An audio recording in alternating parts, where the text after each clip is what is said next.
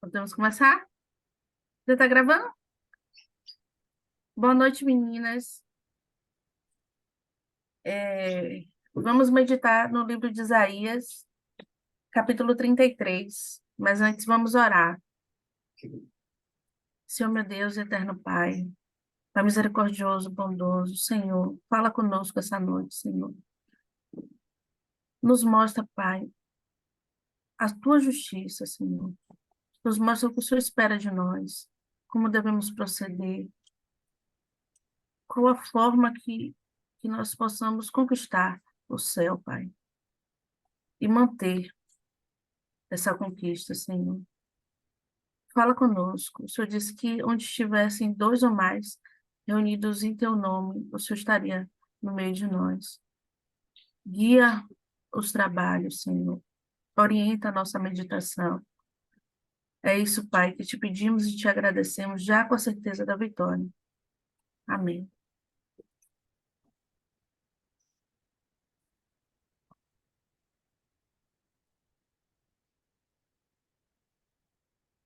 É, na Bíblia, com os comentários do bispo, está com o título: Os inimigos do povo de Deus serão destruídos.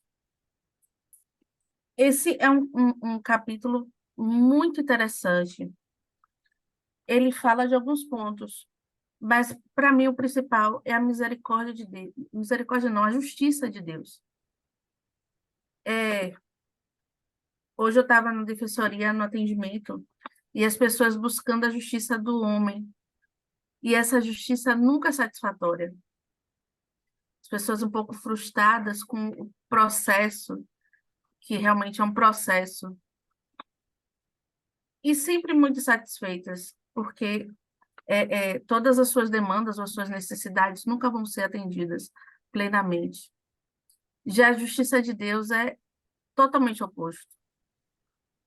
Ela é diferente e parece até estranha para o povo do mundo, mas ela é a melhor, é a perfeita, é a justiça de Deus. Esse capítulo também fala da misericórdia, o que nos é dado, o perdão que nos é dado, mesmo sem merecermos, unicamente pela fé em Deus, pela fé, a confiança em Jesus. Isso é muito interessante. Não é que a sua atitude ou o seu comportamento, ele por si só consiga conquistar a salvação, mas é porque Deus tem misericórdia de nós. Não somos perfeitos, mesmo a pessoa que tem uma vida muito correta ou tenta viver essa vida muito certinha, ainda assim ela vai ter uma falha, uma inclinação, algo que roube dela o céu. E, por fim, esse capítulo fala da confiança, que devemos manter a nossa confiança em Deus e entender que é dele, tudo dele, e que até a nossa força de vontade de acordar de manhã, advém dele. E que nos nossos momentos mais difíceis, que você acha que não vai dar, você pode ter a certeza de que a mão de Deus está ali com você. E se você não está só, tudo é possível ao que crê. É, eu sempre acho que os capítulos que me é dado para meditação são os melhores, ou são os mais bonitos. Mas o capítulo começa assim: ai de ti. Ele começa com esse ai, como as meninas, Paloma falou. É, é, é como se fosse ele diz, ai, como a gente diz, né? Ai de você que fizer, ai de você que aprontar, vai ter, é certa a consequência. Nesse ai está um decreto de justiça. Ai de ti, despojador, que não foste despojado. Eu gosto da versão mais simples. Ah, despojador está como Destruidor. Ai de você, inimigo destruidor, que nunca foi destruído. Esse povo que está acostumado a conquistar, de ter as suas conquistas pela derrota do outro. Não basta. Eu gosto muito do olhar de Dona Aparecida trazer sempre para os dias de hoje. Apesar de ser um relato histórico, apesar de falar da derrota desses povos que foram de encontro ao povo de Israel, a gente consegue trazer para o nosso dia a dia. E existem realmente pessoas que não estão, que chama de inveja, né? Que não estão satisfeitas em ter as suas conquistas. A alegria delas é não ver o outro vencer, ou não ver o outro conquistar, ou ver a derrota do outro. Eu lembro de Painho que ele disse que era Bahia doente, mas que a alegria dele não estava no Bahia dele ganhar, está em ver o Vitória perder. Mas isso é realmente um olhar muito egoísta, um olhar, não basta o meu Bahia ganhar, o Vitória tem que ser perdedor. Ai de tio despojador que não foste despojado. Esse povo que está acostumado muito a ganhar, a gente lembra do povo da Babilônia, né? Esse rei muito vaidoso, que está acostumado com a vitória. Mas não pelas suas próprias capacidades, mas pela exploração de outros povos, exploração pela cobrança de excessivo de impostos, pela pobreza de outros povos. O seu povo enriquecia à medida que outros povos eram explorados. Ah, despojados, e que procedes perfidamente contra os que não procederam perfidamente contra ti. Não basta conquistar aqueles povos, eles têm que agir de forma pérfida, de forma cruel, humilhante, tem que estuprar as mulheres, matar as crianças, levar escravos. Não basta a conquista, tem que destruir, tem que roubar, profanar os templos, ah, acabando perfidamente contra ti. Os que não procedem contra pessoas que não fizeram nada contra eles. A violência, a crueldade de forma gratuita. Me parece que a justiça de Deus entende quando você é ferido não, mas é, é, entende que é uma consequência. Você pratica o mal, de alguma forma o mal vem até você. Não que seja justo você praticar o mal, mas se você sofreu algo, aquilo vai trazer uma consequência para a pessoa que fez algo contigo. Não que você precise utilizar o que a gente chama de autotutela, mas haverá consequências. A justiça de Deus diz que à medida que você ferir, você será ferido. Acho que é bem o que traz. À medida que você é cruel com o povo, de- eu chamaria a vingança mesmo, mas não uma vedeta como a gente, pelo menos nos filmes, né? Matou minha família, eu vou lá e faço. Não é preciso a gente usar nossas mãos. Basta a justiça, nos basta a justiça de Deus. E, e ai dessa pessoa que vem de encontro ao povo de Deus, que fala mal da irmã, ai dessas pessoas, porque ela está atraindo para a sua vida a justiça de Deus, ou a vingança de Deus. Não me parece a expressão certa. Hum, contra e não procedam perfidamente contra ti. Acabando tu, acabando vocês de despojar, serão despojados. Ah, acabando vocês de destruir, a- fala de despojos de guerra, né? Que são ali as riquezas daquele país. Então, eles ficam com os despojos, eles levam aquelas riquezas. E acabando eles de furtar, né, aquelas riquezas, eles serão furtados. É incrível ver isso. Salvador tá terrível, viu? Não vá de celular para Salvador. E eu sempre digo para a galera que foi assaltada, não fica assim, não, mas tem Deus para nos dar. Para essas pessoas, o que veio fácil para elas também vai muito fácil. Você é lutador, você vai comprar um melhor. Deus vai te dar ainda um melhor do que o ladrão levou. E certamente ele não vai ter proveito desse furto. Ele não sabe o valor, não tem valor aquilo para ele, é moeda de troca. É o consolo que eu digo para os meus amigos que estão sendo roubados em Salvador. Acabando tu de despojar serão despojados, e acabando tu de tratar perfidamente, perfidamente te tratarão. Esse de perfidamente me remete àquelas pessoas que fazem questão de tratar o outro mal. Eu tô estagiando na defensoria. A defensoria é um órgão que você é pago para ser misericordioso. Você é pago para tratar a pessoa que não tem condições de pagar um advogado de forma humana, de fazer tudo o que você puder. E o salário de um defensor é legal.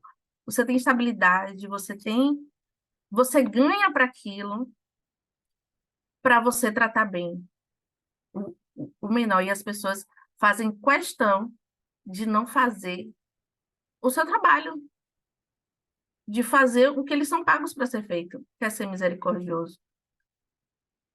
É muito estranho perceber isso. E a natureza do órgão, ter esse olhar social, esse viés social. Então, quando ele trata mal, em alguma forma, aquilo está desencadeando a justiça de Deus, em algum momento ele também será tratado mal.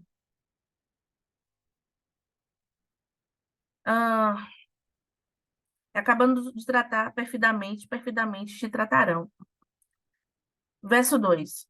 Senhor, me parece que esse primeiro versículo é esse ai, esse alerta aos maus, aos pérfidos, às pessoas que praticam o mal, uma alerta mesmo e uma decretação de sentença. E no verso 2 fala daí da misericórdia, quando a pessoa se... Quer falar ali? Fale.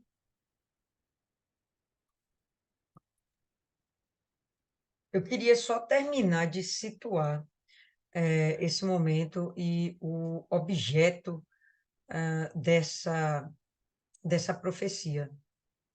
Mais uma vez, nós estamos falando dos assírios. Mais uma vez, Isaías está falando a respeito dos assírios. Quando ele fala, né, ai de você destruidor que nunca foi destruído, eu acho também essa versão mais interessante, ele está apontando para um momento da Assíria, onde até aqui ele não foi destruído, mas a Assíria era uma nação imperialista e ela vinha de conquistas em conquistas. Até então, sem grandes oponentes, né? Na verdade, era o império mais poderoso da época, do momento. Ai de você, traidor que nunca foi traído, ou agiu perfidamente. Pérfido significa traidor, aquele que age com falsidade, com mentira. E a gente vai ver isso se encaixando muito bem dentro da imagem de Senaqueribe. Então, acho legal, antes da gente evoluir o texto, a gente abrir um parênteses aqui e situarmos a respeito de quem nós estamos tratando, porque aí todo o resto do texto vai fazer ainda mais sentido.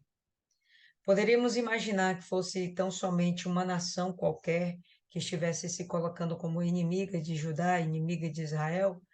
Até poderíamos, mas essa é uma profecia que não é dada a nenhum propósito ou a qualquer propósito. Todas as profecias ela têm um propósito definido.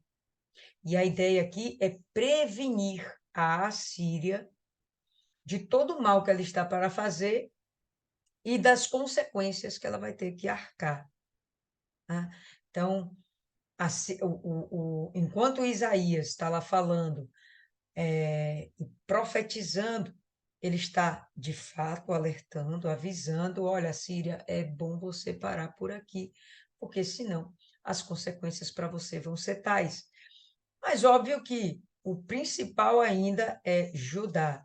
Olha, Judá, eu vou cuidar de você, eu vou te consolar, assim como Isis falou logo no começo, né? Fala da misericórdia de Deus.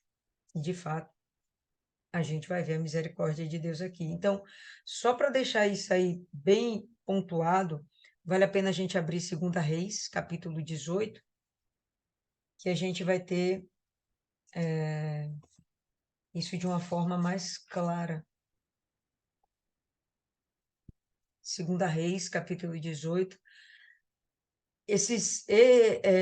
Enquanto vocês vão abrindo aí, eu vou falando aqui. Enquanto ah, as coisas estão transcorrendo, né? Situações estão transcorrendo dentro de Judá, com Israel, as profecias vão acontecendo e a gente vai vendo Isaías muito focado em cuidar de Judá. A história de Segunda Reis, Segunda Crônicas, vai estar falando sempre a respeito dos reis de Judá e de Israel. Então, a todo momento, Isaías vai falar coisas que sempre vai estar nos remetendo aos livros Segunda Reis, e Segunda Crônicas. Então, você já deve ter aberto aí, 2 Reis, no capítulo 18, e a gente vai ter aqui no verso 14 o seguinte: E Ezequias, rei de Judá, enviou ao rei da Assíria, a Laquis, dizendo: Tenho ofendido, retorna-te de mim. Aquilo que tu impuseres sobre mim, desejo suportar. E o rei da Assíria indicou a Ezequias, rei de Judá, 300 talentos de prata, 30 talentos de ouro.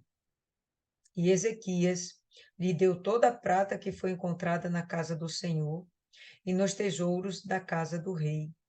Naquele tempo, Ezequias, rei de Judá, cortou o ouro das portas do templo do Senhor e das pilastras, dos pilares, que Ezequias havia revestido, e entregou-os ao rei da Assíria. Então, o que acontece? A gente vê que Ezequias ele tinha quebrado a aliança, o pacto que existia entre Judá e Assíria. Ele quebra esse pacto, ele rompe com os assírios, e os assírios crescem para cima deles.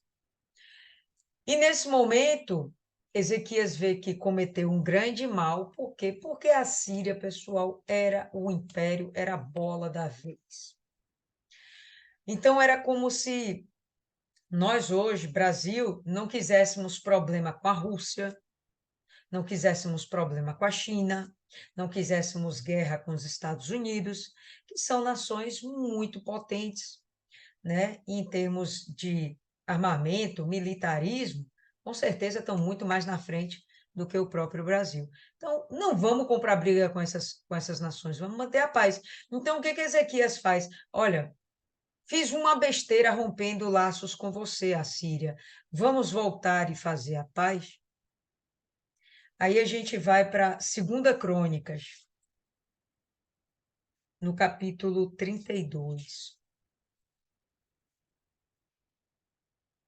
E nisso que ele vem e deseja fazer a paz com a Síria, o que Senaqueribe faz? Não, tudo bem, vamos fazer um novo acordo, vamos fazer um novo tratado, mas não vai ser de graça, né? Então, você vai me dar tanto de prata, tanto de ouro. Foi tão alto esse preço, que até mesmo o templo de Salomão, o templo, a casa do Senhor, teve de ser despojada.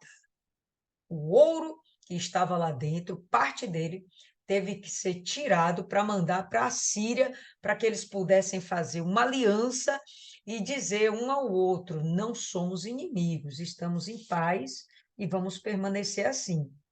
Então, Ezequias acreditou que sim, havia uma parceria entre eles. Segunda Crônicas, capítulo 32, verso 21, a gente vai ter aqui o seguinte: E o Senhor enviou um anjo, o qual cortou fora todos os homens fortes e valentes e os líderes e capitães no acampamento do rei da Assíria.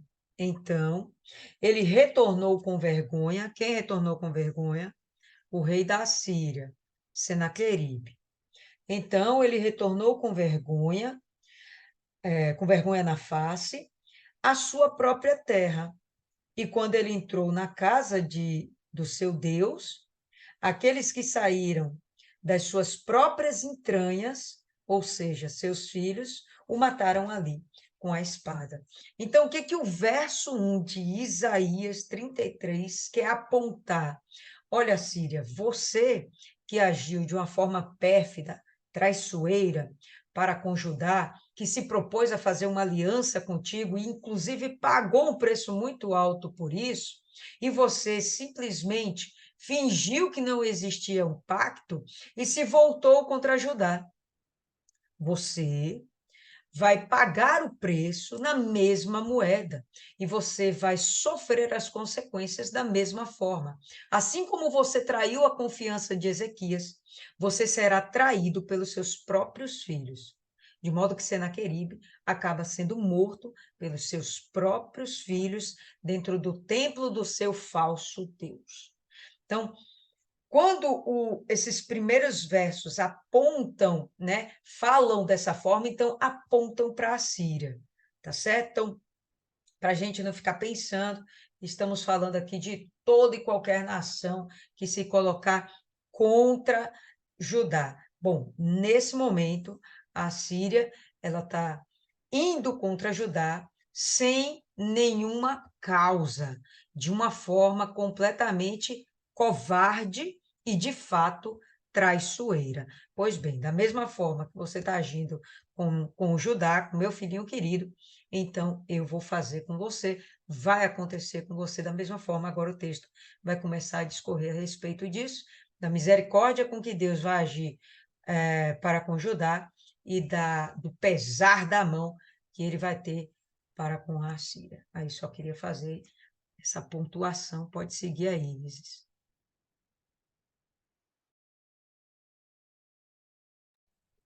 Importantíssimo.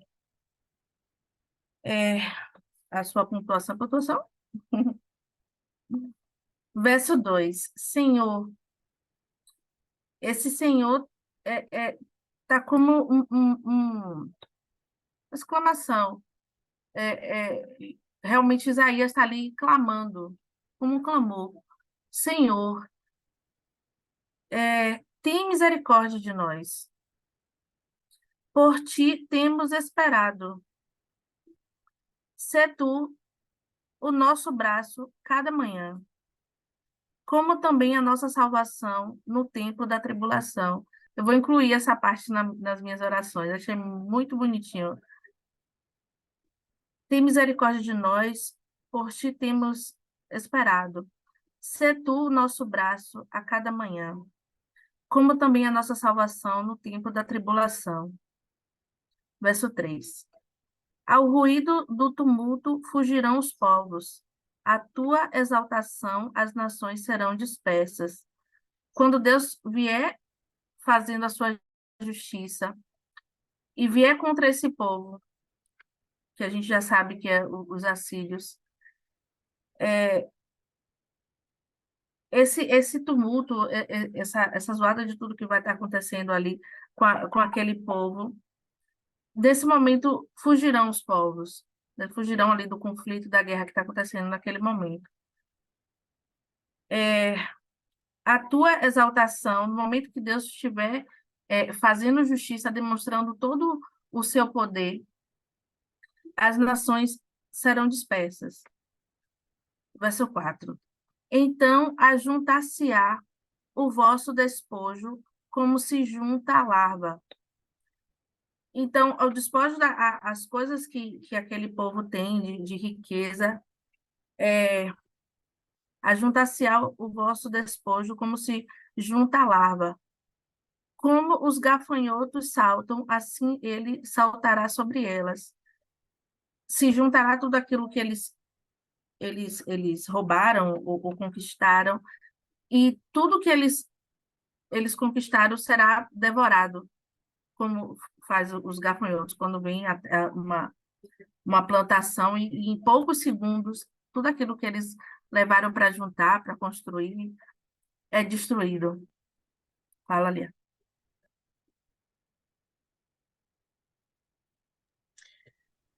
O verso bonitinho que você achou, eu achei também muito interessante, porque ele fala de um cuidado diário, ele pede, né, para que Deus diariamente, rotineiramente, esteja sendo aquele que defende. A ideia de braço, né, é uma ideia de algo que está lá para proteger, para defender.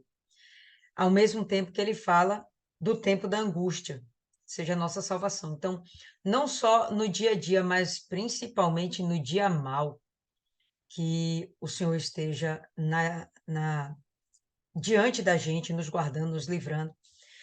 Lembra que Ezequias ele vai começar de fato um renovo espiritual dentro de Judá?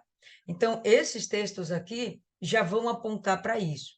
Pode ser só o próprio Isaías clamando sozinho?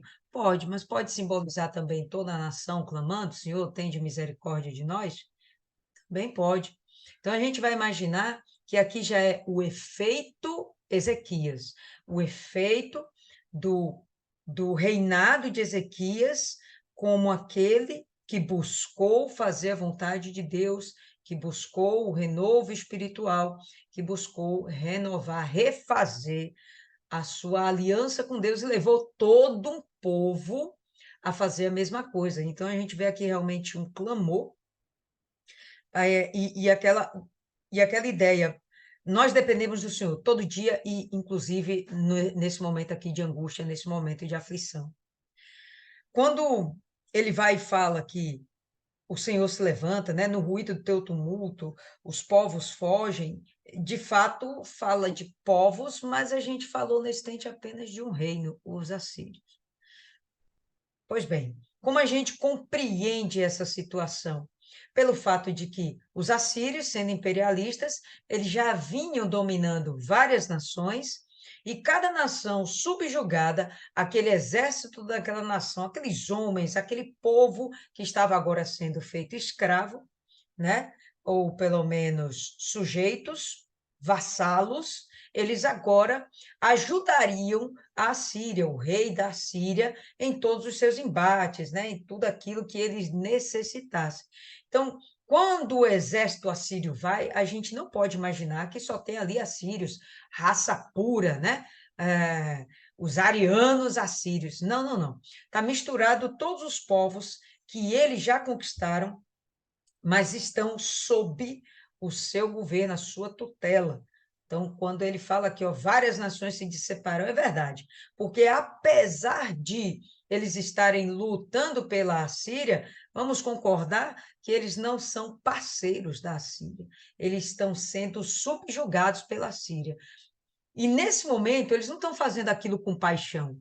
Uma coisa é você, patriota, defender a sua bandeira nacional, né, falar bem do seu exército, defender o seu país, falar muito bem do seu povo com unhas e dentes. Outra coisa é você estar em outra nação e admirar aquilo ali, mas na hora de defender, você, opa, cai fora, eu não sou estrangeiro, eu sou estrangeiro aqui, eu não sou parte disso aqui. Então, quando aqueles outros exércitos, aqueles outros povos estavam reunidos, e no momento que veio a assolação, pode ter certeza que quando eles viram que o negócio ficou preto, eles caíram fora. Quando a situação ficou realmente preocupante, assustadora, ó, caíram fora. Então, eles realmente fugiram. Quem ficou provavelmente aqueles que realmente eram assírios, mas a gente já sabe que os anjos de Deus, o anjo do Senhor, né, foi lá e destruiu tudo. E no momento que ele fala aqui que então o despojo, vou falar como está aqui na minha versão, que eu acho que ficou um pouquinho mais claro até. Então o despojo que vocês ajuntaram será recolhido. Quem reuniu esses despojos? Os exércitos submissos à Síria, o rei da Síria. Então, cada canto que eles passavam, eles levavam seus despojos. O que seriam esses despojos que, nesse momento, eles teriam levado enquanto eles estavam cercando Jerusalém e conquistando várias cidades fortificadas de Judá? Eu vou imaginar que tendas, vestes, armamentos, alimentos, né? Talvez algumas possessões pessoais, né? Algumas joias, sei lá, alguma coisa de valor que eles tenham levado no meio no momento que eles estão indo para a guerra, não sei, né? E vai deixar tudo isso para trás. Porque quem vai fugir não vai se preocupar em carregar nada, tem que ir liso, porque se for carregando algum peso, vai atrasar a sua fuga. E quem ficou e acabou sendo dizimado, né, pelo poder de Deus, bom, aí o que ficou, ficou lá mesmo, né? Então, esses despojos reunidos vão ser como que devorado por uma nuvem de gafanhotos. Como os gafanhotos saltam, assim os homens saltarão sobre ele. Quais são os homens que saltarão sobre esses despojos? Judá. Os homens de Judá vão cair para cima com tudo. Né? Lógico, nada mais óbvio. Primeiro, que está no território de Judá. Primeiro. Segundo, que não tem mais nenhum inimigo lá para impedir. Então, aquilo ali ficou como se fosse uma herança. Grande misericórdia de Deus, diga-se de passagem. Né? Aquilo ali vai acrescentar na riqueza daquele povo que, sob o comando de Ezequias, estava prosperando grandemente. Fazendo só esse parênteses, Deus está permitindo que essa nação, Judá, seja mais enriquecida através dos despojos assírios, ok? Pode seguir aí.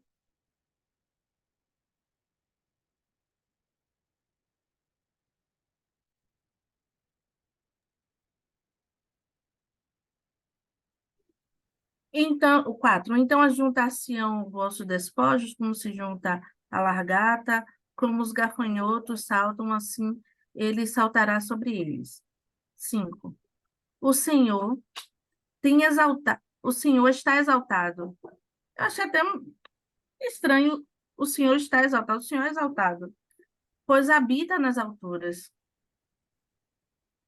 É, esse é o momento que Deus demonstra todo o seu poder, toda a sua justiça. E o Senhor está exaltado, pois habita nas alturas. Encheu a Sião de juízo e justiça. Deus demonstrou que está realmente do lado do povo de Sião, demonstrando através, né, de tudo que ele fez contra os povos inimigos, e enchendo o povo de Israel ali de juízo e justiça. Eu entendi que é um momento de paz, um momento ali que Deus faz esse juízo contra os inimigos e o povo de Israel, o povo de Sião, tem esse momento de paz, esse momento que eles estão com a fé ali avivada, vendo o cumprimento é, é, esse é o nome, das profecias e vendo a mão de Deus, o quanto Deus fez justiça para com eles. E tal, nesse momento de paz, nesse momento de avivamento, onde estão todos ali é, é, buscando a justiça e, e o juízo de Deus. Concorda, ali?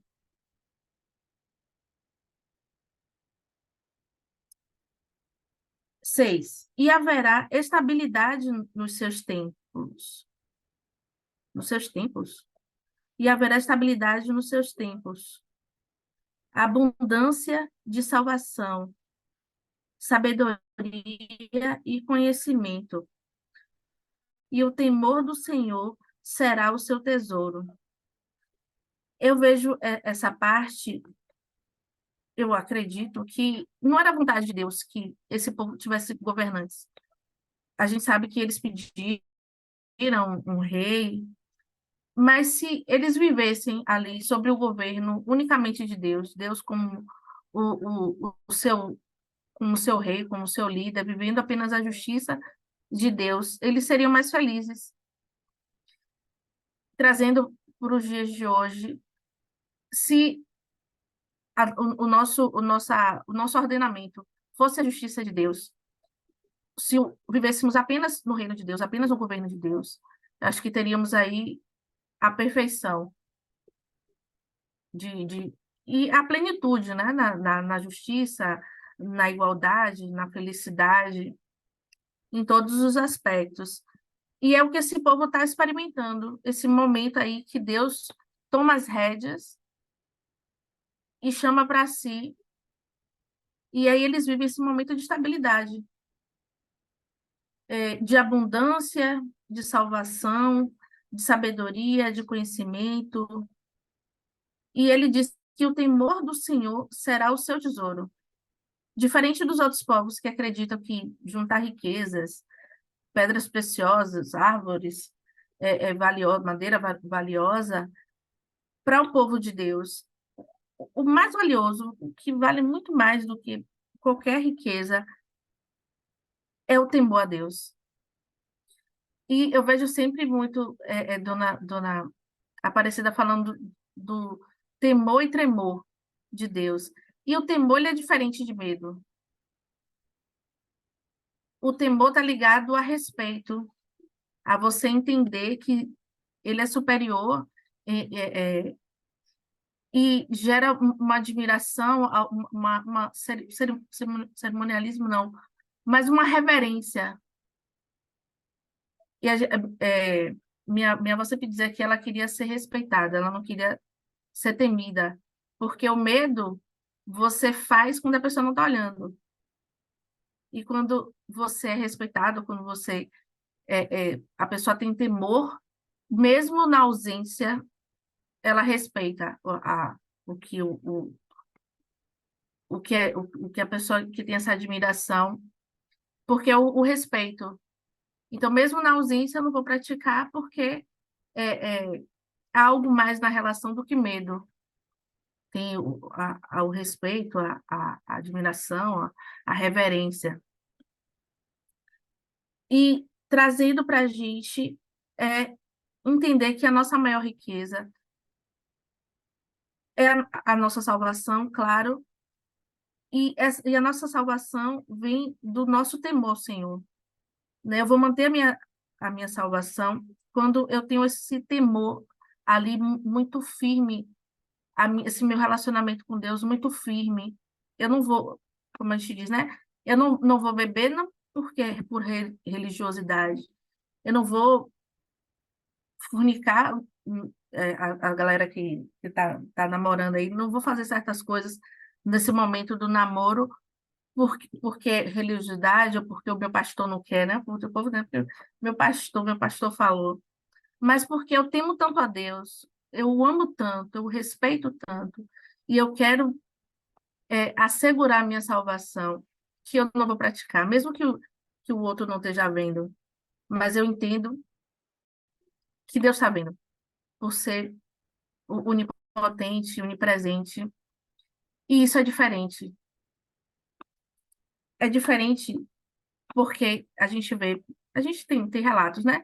A galera que tem toda uma religiosidade, todo um mise-en-scène, como eu chamo, é algo mais teatral, mas que não vive, não vive ou cai em certos erros, porque acha que se não está vendo, tá tudo certo. Minha igreja não está vendo, meu pastor não está vendo, eu aparento ser aquilo ali, para a sociedade eu sou padrão, mas Deus está vendo. Então, se ele está fazendo isso no seu secreto, é porque ele não tem mais temor, ele acha que está tudo certo. O que importa é o que os outros me veem, não como Deus me vê. Porque quando você se importa apenas com o que Deus te vê, Essas renúncias, ela vem de forma muito natural, apesar das inclinações. É natural, não é algo pesado, não é algo... Alguém tem que dizer, olha, Isis, você não tem que fazer isso, olha, não é legal isso. Isso vem do seu relacionamento com Deus. Você entendendo que esse respeito, eu chamaria de respeito, essa reverência, advém desse temor. Não querer, como sua mãe falava ali, não entristecer o Espírito Santo, não entristecer o Espírito Santo, é bem isso. Você acaba entendendo que as suas ações, o seu comportamento poderiam entristecer o Espírito Santo. Isso é tão bonitinho, não vou fazer para não entristecer o Espírito Santo. Mas você só tem esse olhar e esse cuidado quando você tem esse temor a Deus. Quando você não teme a Deus, não tem esse zelo, as pessoas caem no mesancênio da fé. E a gente vê as aberrações que a gente acaba vendo e que acabam manchando um pouquinho a gente que é da fé. Por causa de um, todos pagam, né? Fala ali. Você trouxe à memória aí uma coisa bem legal, que é isso mesmo. Essa ideia de temor passa por isso aí, de você não querer entristecer o teu Deus. Hum. E se você é capaz de fazer algo no secreto, que você sabe que ele não acharia legal, né? Ele não concorda, não aprova, não admite, abomina até, mas você pratica ainda assim, você então duvida do poder de Deus, né? Porque tudo bem, os olhos humanos não estão vendo, mas os olhos do Senhor ficaram cegos, é? Só porque existem quatro paredes em seu redor? Então, realmente é você desmerecer esse Deus, você tornar ele como se fosse humano, né? Você realmente tira a divindade dele quando você coloca dessa forma, quando você pratica dessa forma. Mas esse é o momento em que o Isaías ele está exaltando Deus junto com sua nação. Ele está exaltando a Deus porque Isaías já viu, pessoal, a gente não. Mas Isaías já viu o que vai acontecer se a Síria continuar é, insistindo em praticar os seus planos. Então, ele já viu o que vai acontecer. Aí ele já está jubiloso. Então, dentro da narrativa dele, ou melhor, da narração dele, então ele chega e fala: olha, a Síria, você vai se dar mal, porque você está agindo de uma forma muito traiçoeira com alguém que não é inimigo seu e ainda é filho eu. Presta atenção. Depois ele chega e coloca-se no momento de interceder por Israel, né? Ou melhor, por Judá. Né? E ele, poxa, Deus, seja nosso hoje e toda hora e todo momento, e principalmente no dia mal. Porque, com certeza, quando o Senhor vier, todos eles vão dissipar-se. E o Senhor ainda vai deixar os despojos para a gente. E aí ele começa a glorificar a Deus, porque ele já está vendo o que vai acontecer. Né? Então ele consegue ter essa percepção. O Senhor é sublime, pois habita nas alturas, né? Aí na sua versão o Senhor está exaltado, mas outra versão aqui que eu tenho também, o Senhor é exaltado. Mas a ideia do estar exaltado talvez seja um momento de um reconhecimento por aquele momento, por aquela vitória, não necessariamente que ele não seja exaltado a todo momento, mas naquele momento, pô, o Senhor está sendo vitorioso, o Senhor está sendo exaltado, né? Habitas na justiça e encheu Sião. Vamos lembrar, pessoal, que Sião é aquele morro que está contendo Jerusalém. Judá se esparrama por um limite um pouco maior, mas sempre que a gente falar de Sião, lembre de Jerusalém, a cidade santa, o Monte Santo, o lugar santo, o escolhido, ponto escolhido por Deus para que o nome dele seja santificado. Lembra sempre disso. Quando falar de Sião, estamos falando de Jerusalém. Então, aí ele chega e fala que encheu Sião de retidão e de justiça. Ele está sendo o próprio justiceiro, mas, ao mesmo tempo, o que a gente observa é que Sião está procurando justiça. Jerusalém, Judá, está procurando obedecer à vontade de Deus. Então, ó Sião, no seu tempo, ou nos tempos, tanto faz, o que interessa é que aqueles momentos, aqueles anos, aquelas décadas, né, aquele período sob o reinado de Ezequias, no seu tempo haverá estabilidade, abundância de salvação, sabedoria e conhecimento, porque eles estão buscando isso, né? O temor do Senhor será o seu tesouro. Então, a gente percebe que Isaías, ele vê que o povo realmente estará num processo de conversão, né? A influência muito positiva de Ezequias com a reforma espiritual dentro dentro de Judá está fazendo um bem tal para o povo que ele não está falando de um rei, ele está falando de Sião. Jerusalém está retornando às primeiras obras, à prática das primeiras obras, ao primeiro amor, né? Então, por conta disso, o temor do Senhor será o seu tesouro, isso que vai torná-los valiosos.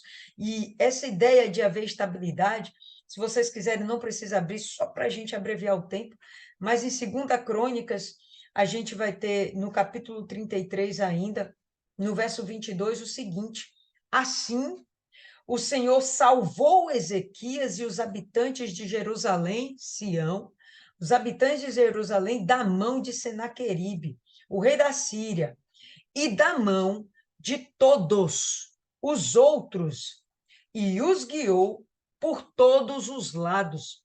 Ou seja, dentro do reinado de Senaqueribe houve estabilidade porque houve paz. Não houve mais conflitos. Não houveram mais guerras. Estava tudo tranquilo, de boa. Entendeu? Tão tranquilo que a Babilônia vai lá visitar, como se fosse missão de paz, né? Deus não aprovou. Enfim, isso aí é uma outra história.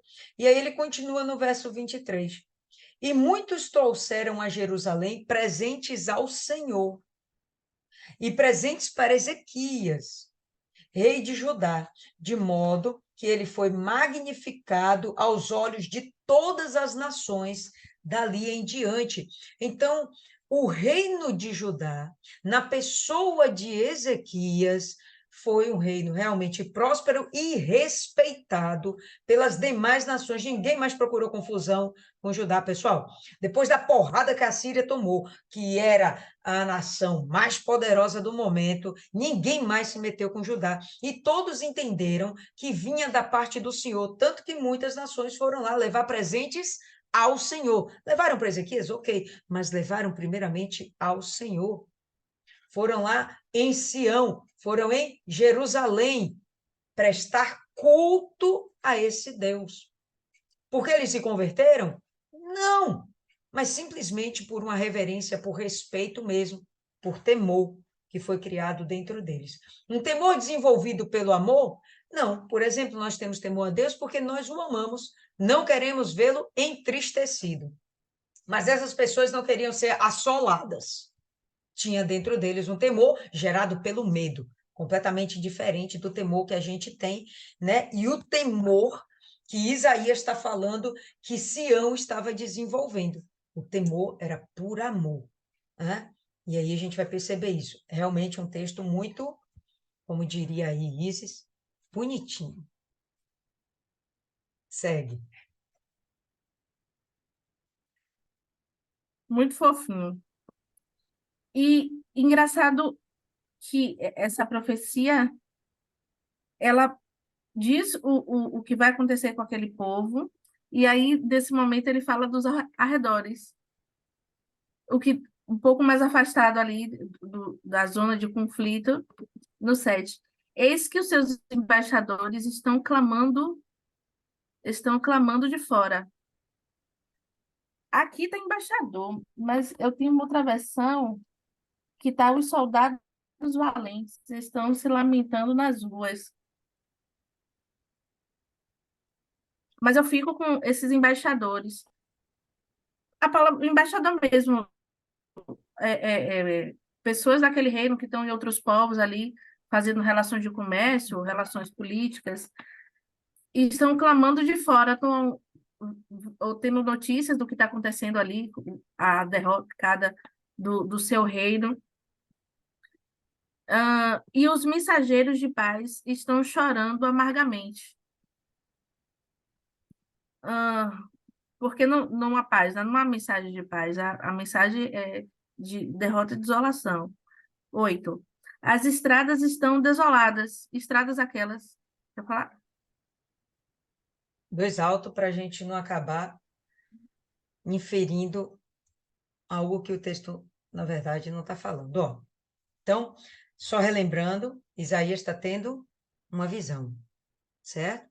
Ele está vendo presente, passado, futuro. Dentro da profecia dele, nada aconteceu, mas ele está vendo momentos distintos. Antes, depois, para depois, volta depois para antes de novo. E o que significa aqui o 7 e o 8? É o momento que está lá no verso 1, tá? É o momento onde, de fato, Ezequias manda os seus embaixadores para a Síria. Vamos fazer um acordo de paz. Vamos, traz os presentes. Vou levar os presentes. E o que de fato acontece é que não há paz, há guerra. Então eles voltam desanimados, tristes, porque eles não conseguiram completar a missão deles, e sim, a guerra está instaurada.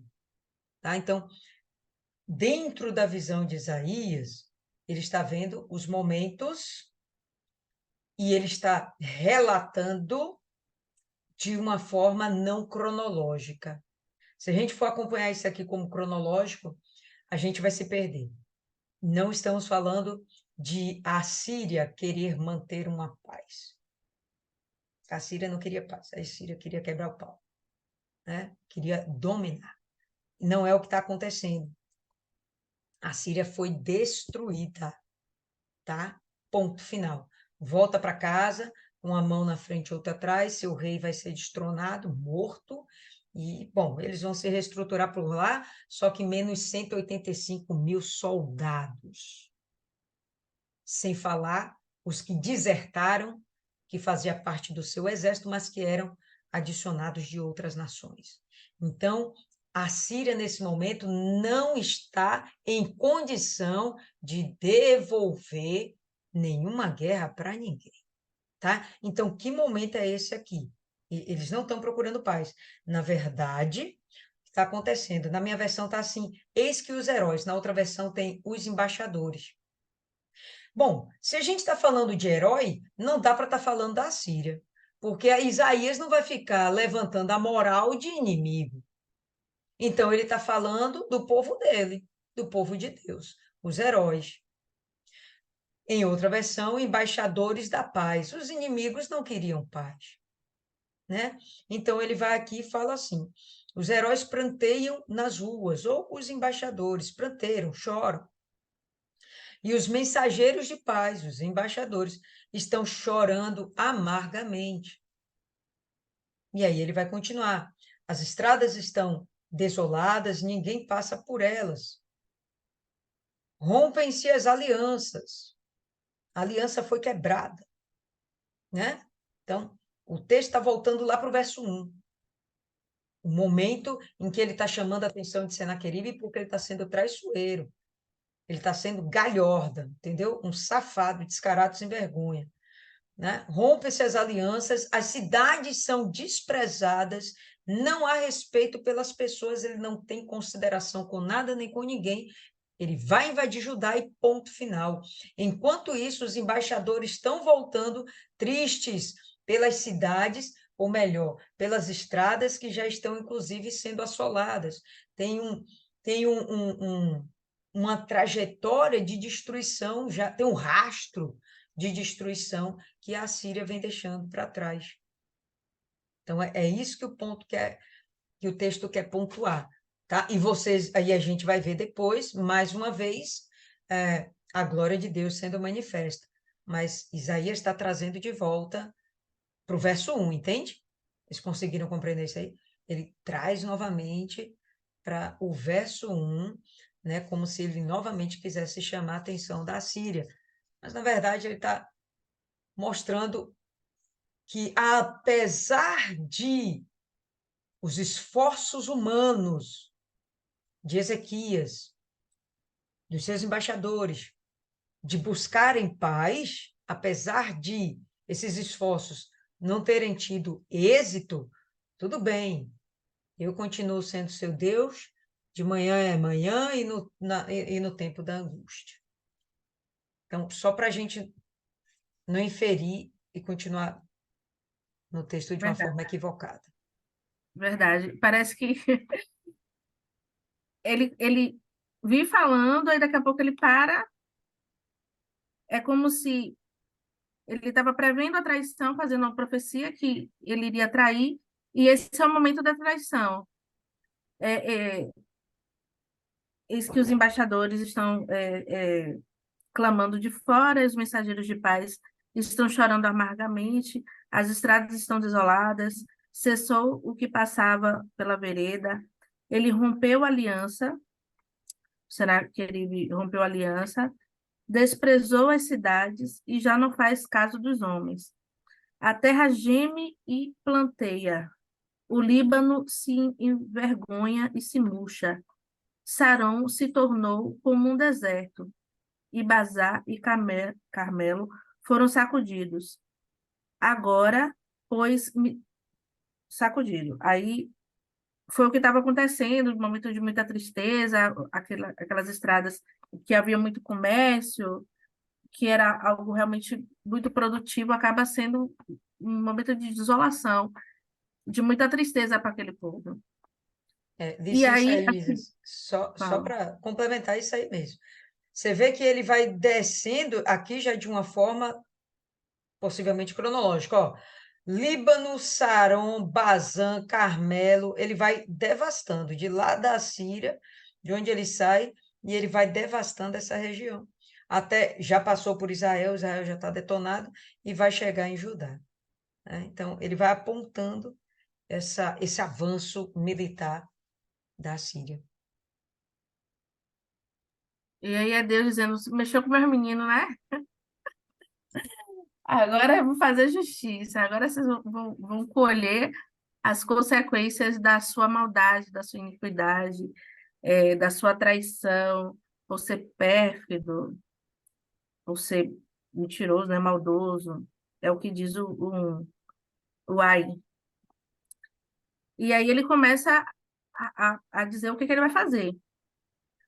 10. Agora, pois, me levantarei. Agora vocês fizeram o que vocês queriam. E agora eu vou mostrar o meu poder, mostrar que esse povo não está só, esse povo tem um Deus. Levantarei, diz o Senhor. É o que Deus está falando, é a palavra de Deus. Agora me erguerei, agora serei exaltado. É agora que vocês vão ver o que eu sou capaz. Imagine, trazendo aí para a nossa vida, imagine esse povo, né, que vive aí na iniquidade, que faz o mal. Deus dizendo para você, você fez isso aqui, né? Agora você vai colher. É o próprio Deus dizendo. Deve ser aterrador. Deve ser, é como você ter a certeza de que como diz, tem um ditado que diz, o pau te acha. Fala ali. Isso aí que você falou, velho, fazendo só um parênteses. Vocês viram que foi liberado, acho que já foi liberado, né? O porte de maconha e o uso da droga. Já foi liberado. E aí teve uma menina que foi para as redes sociais, felizona da vida. Agora eu posso fumar, agora eu posso usar sem ser chamada de maconheira, safada. Assim, felizona. Eu posso, e aí falava a palavra, eu posso fumar. Velha, a criatura não apareceu morta. Morreu esses dias aí, não sei explicar, não lembro agora, mas parece que envolvida com essa questão, com os traficantes, alguma coisa assim. Morreu. Então, o que você estava falando aí, bom, você fez tudo isso, agora tu vai pagar o preço, né? Os ímpios estão plantando impiedade, ó, o que você vai colher não é legal. Mas foi coisa assim de meses, velho. Tem uns negócios que saem assim na internet que a gente fica assim parado. Meu Deus, é verdade? É, enfim, é isso aí. Eu também vi um, mas eu não sei se é verdade. Eu acho que sim, porque foi a própria pessoa falando, uma aí que mora fora, uma que chamam de nariz de Michael Jackson. Essa mulher falava coisas aterradoras, assim, sobre Deus, sobre tudo. Pouco tempo, ela lança o mesmo vídeo, na mesma cama que ela grava as besteiras dela, falando que estava com câncer na cabeça, não sei o quê, pererê. E claro que ela vai colher. E tem muita gente, eu escuto muita coisa assim, a pessoa falando de Jesus, falando da Bíblia, e é muito rápido a colheita. Você vê muito claramente que aquilo não é nem que Deus esteja fazendo, seja vingativo, é porque é consequência. E Deus faz questão de alertar com toda a sua misericórdia, dizendo: se você fizer, vai ser assim. Se você, tem um capítulo que você leu, é, os benefícios da obediência e os malefícios. É muito maior as consequências do que as garantias, não, As as, bênçãos. as bênçãos. É muito maior. E o povo sozinho atrai para si a maldição com as próprias unhas, com a própria boca. É por isso que tem lá, né, que Paulo fala que o que contamina não é o que entra, é o que sai. É todo o seu desrespeito, toda a sua falta de temor que, que traz para si essas consequências. E eu ainda não superei a parte do temor ao Senhor ser o seu tesouro, porque vai totalmente em contramão o que a gente está vendo hoje nas redes sociais. E a gente falou das mulheres, não sei que dia, acho que foi domingo, das mulheres que a internet só traz as mulheres para essa futilidade. É o corpo, é a barriga chapada, são as cirurgias, e é um crescente. Eu vi recentemente a mudança da cor do olho. Você não tem nenhuma doença no olho, que é algo tão sensível, ainda mais uma cirurgia nessa região. E a pessoa se submete unicamente por estética, por vaidade, mudar a cor do seu olho. Uma cirurgia que pode haver milhões aí de possibilidades de erro, cegueira, e a pessoa se submeter única e exclusivamente para ter o olho azul. Maria quer falar. Fala, Maria.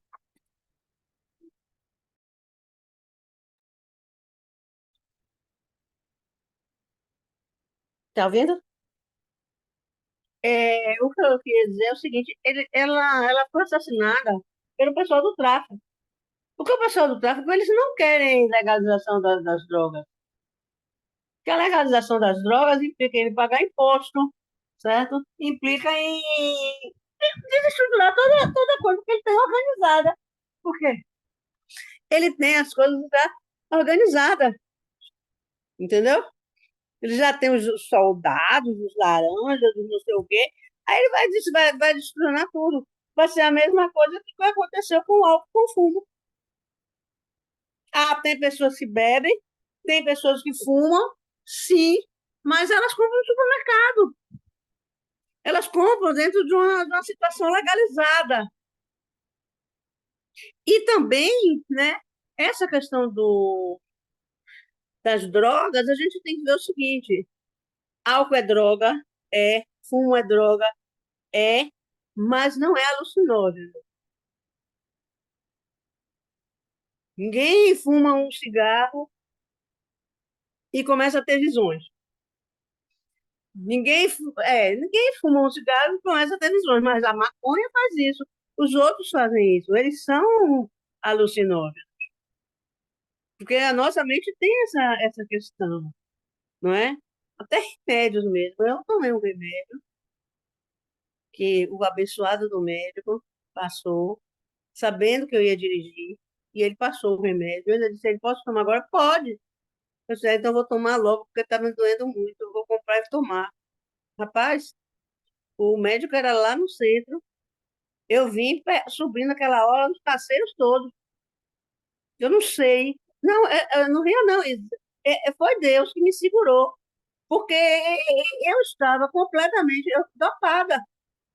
Aí quando eu cheguei em casa, eu disse, meu Deus, o que aconteceu? Aí eu fui ler a bula do remédio, não podia dirigir, entende? Então essa questão do alucinógeno é, é, é muito complicada, as drogas, é muito complicada. É preciso haver um estudo muito sério. Porque os países onde estão podendo usar droga, onde tem no lugar lá que você pode pegar, também é o lugar onde morre mais gente de overdose e de suicídio, que é a Dinamarca e a Holanda. Suécia, né? Suécia, não é Holanda não, é Suécia e Dinamarca. É um índice de suicídio enorme que tem nesses dois países por conta das drogas. E quem me matou foi o pessoal mesmo do tóxico, porque ela foi botar a cara na tela, eles foram e mataram. Eles não têm piedade. Infelizmente, é isso aí. Pois bem, atualizando aí o banco de dados. Foi morta pelo tráfico. Pois enfim. E hoje em dia, nas redes sociais, os artistas, existe um lobby da maconha para colocar em pauta, para normatizar e normalizar o nosso olhar. Eu assisti o vídeo da maconheira safada, uma velhinha chamando uma moça de maconheira safada.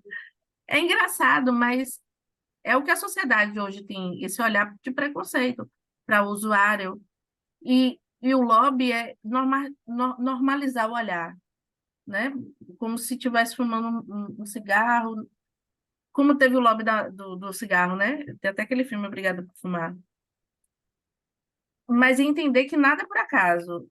O conteúdo que é produzido nas redes sociais, na televisão, os artistas que são patrocinados por certas marcas e que fazem questão de fazer vídeos, stories, fazendo a fumaça e fazendo apologia, é para fazer que o nosso olhar discrimine, né?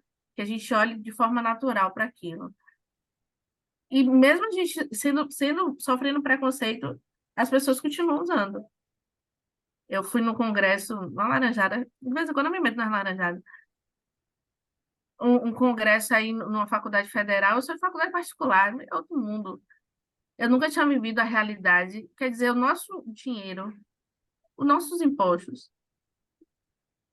E deve ser mais absurdo para quem ganha mais, né? Que ainda tem que descontar o imposto de renda. O nosso dinheiro é usado para patrocinar aquela bagunça. Aquele bocado de bicho grilo, com os cabelos coloridos. Não é preconceito, não, é porque realmente eu nunca tinha vivido, essa é a minha realidade, na minha tribo. A galera é tudo colorido. E não é pobre, não. Porque filho de pobre estuda e trabalha. Filho de pobre tem responsabilidade. Aquilo dali é filhinho de papai, patrocinado por famílias e estudando de graça. Enquanto a gente é pobre, se lasca para pagar a faculdade particular. E patrocinar a vagabundagem desse povo, que passa ali anos sem muita responsabilidade, perdendo ali, perdendo aqui, é de graça mesmo, e, e fumando maconha abertamente dentro do campus. Tem segurança para quê? E às vezes incomodando, porque a gente, pelo menos eu não estou acostumada com aquela realidade. E aí, de junto de você, e você fica até constrangido, porque você é a minoria, você não é mais a maioria. Aquilo dali é o normal para eles. A gente que é o careta. Mas é importante sair, às vezes, da nossa zona de conforto, da nossa bolha, e ver a realidade que o mundo está. Pelo menos eu tenho ainda esse olhar um pouco poliana. E achei que tá tudo bom, tá tudo sucesso. Tá tudo maravilhoso. E as pessoas dizendo, o mundo tá assim, o mundo tá pior. E eu achando que tá tudo maravilhoso. E não tá. E é importante ter esse olhar porque as nossas crianças vão encarar esse mundo aí. E talvez ele não seja tão blindado como eu fui. E vai encarar essas coisas e precisa estar preparado. A gente precisa preparar os nossos jovens. Eu sinto que os nossos jovens, né, a galera do FJU, tá nessa bolha, mas que precisa estar preparado para quando oferecerem o cigarro de maconha, dizer, mas, rapaz, é normal, é natural, tem artista usando, desde ser careta, poder dizer não, que isso é errado, que isso desagrada a Deus. Essas reflexões, pelo menos para mim, quando eu passo por essas laranjadas aí, é ter esse olhar crítico e trazendo para minha vida, para minha relação com Deus. Não sei onde a gente chegou nessa. O que foi que Reflexão. desencadeou? Mas vou fechar essa aspa aí. Quer falar alguma coisa ali? Não, eu ia sugerir a gente parar aqui e continuar na quinta, porque senão vamos No extrapolar o 7, tempo. no 11, É, beleza.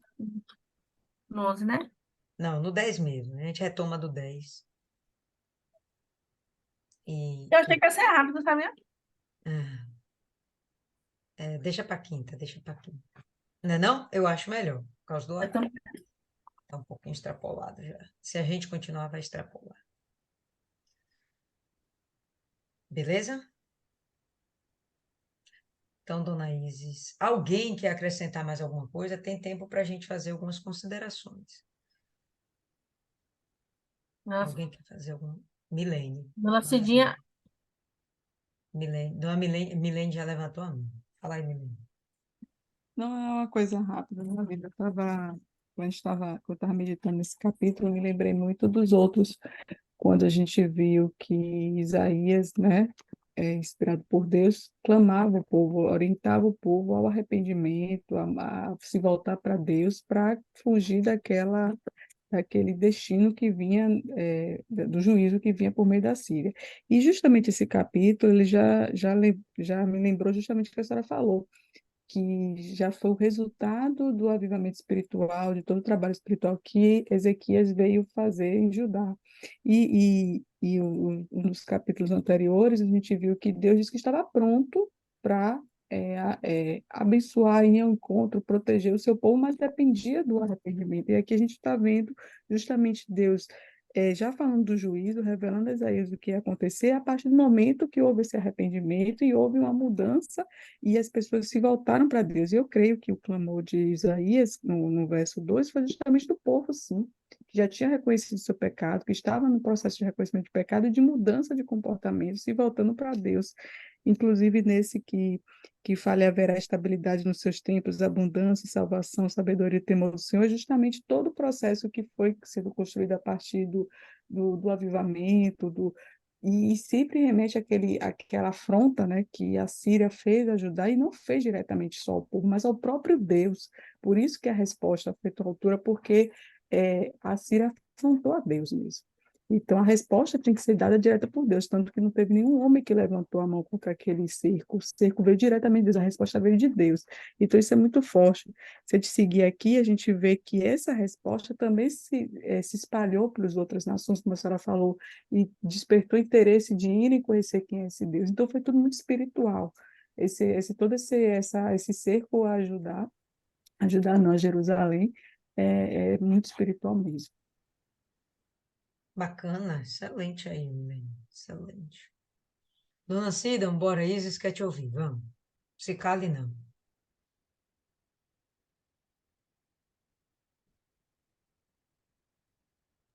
Pô, bateu no outro. Não, não. Tudo aí já, a Izzy já falou aqui no primeiro, eu fiquei com, né? Aqui, né, o primeiro, o ai, tudo a gente, Deus não pode estar no plano B, é o plano A e acabou. Aquele que confia nele, com tremor, temor, como Isis falou, né? Eu temo e tremo também, porque se eu não tiver o tremor, aí eu olho para trás. Eu tenho medo de fazer errado, então eu temo e tremo, viu, Isis? É isso aí. Eu gostei de Dona Cida. Tem um plano A, não tem plano B, não. Tá bom, indica aí alguém, Isis, para fazer a oração final e vamos para cima. Será que a Ana está acordada, meu Deus? Dona Ana Falcão, tá? Dona Ana não dorme, não. Você é doido. Dona Ana só dorme quando acaba. Agora, boa noite. Boa. Quase que eu não estou nem ouvindo, porque tem um carro parado aqui na rua com som nas alturas. E Bora orar para esse carro sair daí logo. Já bota É, na oração, hein? é um vizinho aqui. E eu pedi a Deus que Deus mandasse era uma viatura agora, isso sim. Liga para o 120, eu vou 190. Falta de respeito. Vamos orar, Dona Ana, vamos orar.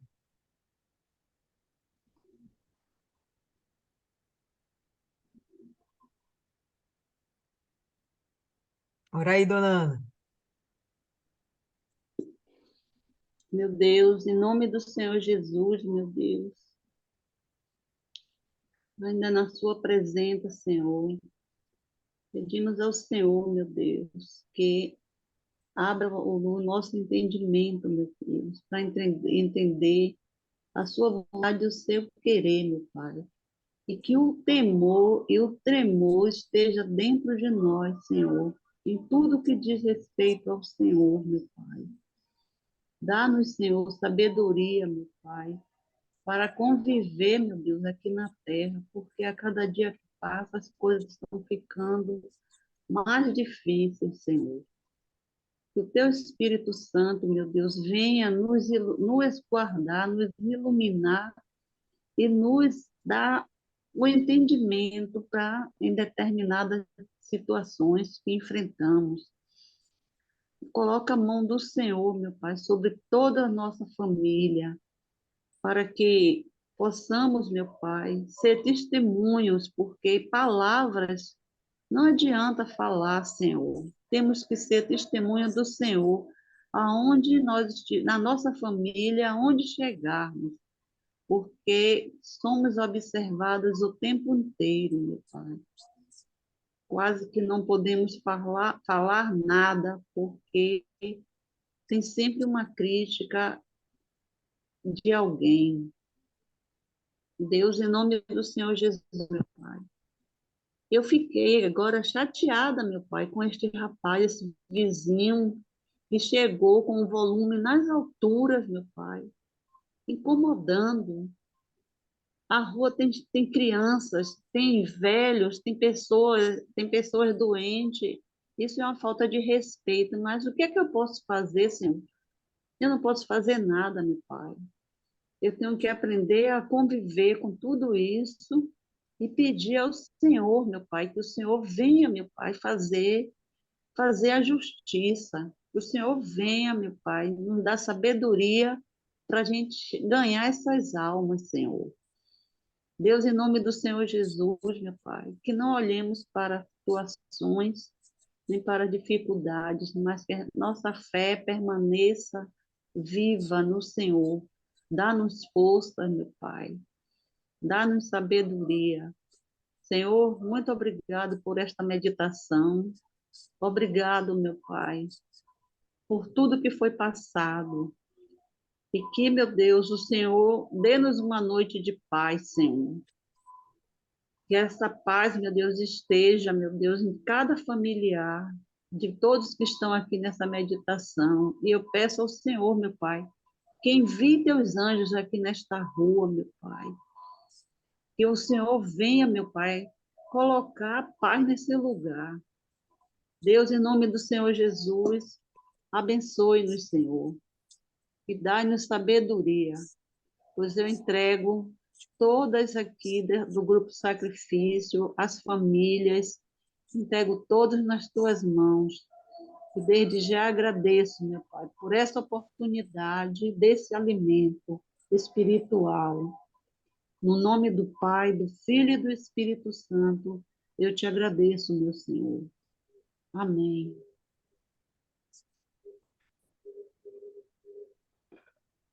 Amém, povo lindo. Pode ficar tranquila, dona Ana, a senhora vai ter uma noite de paz. Questão de minutos. Fique tranquila. E a gente se reencontra, pessoal, quinta-feira, tá bom? Deus abençoe a todas.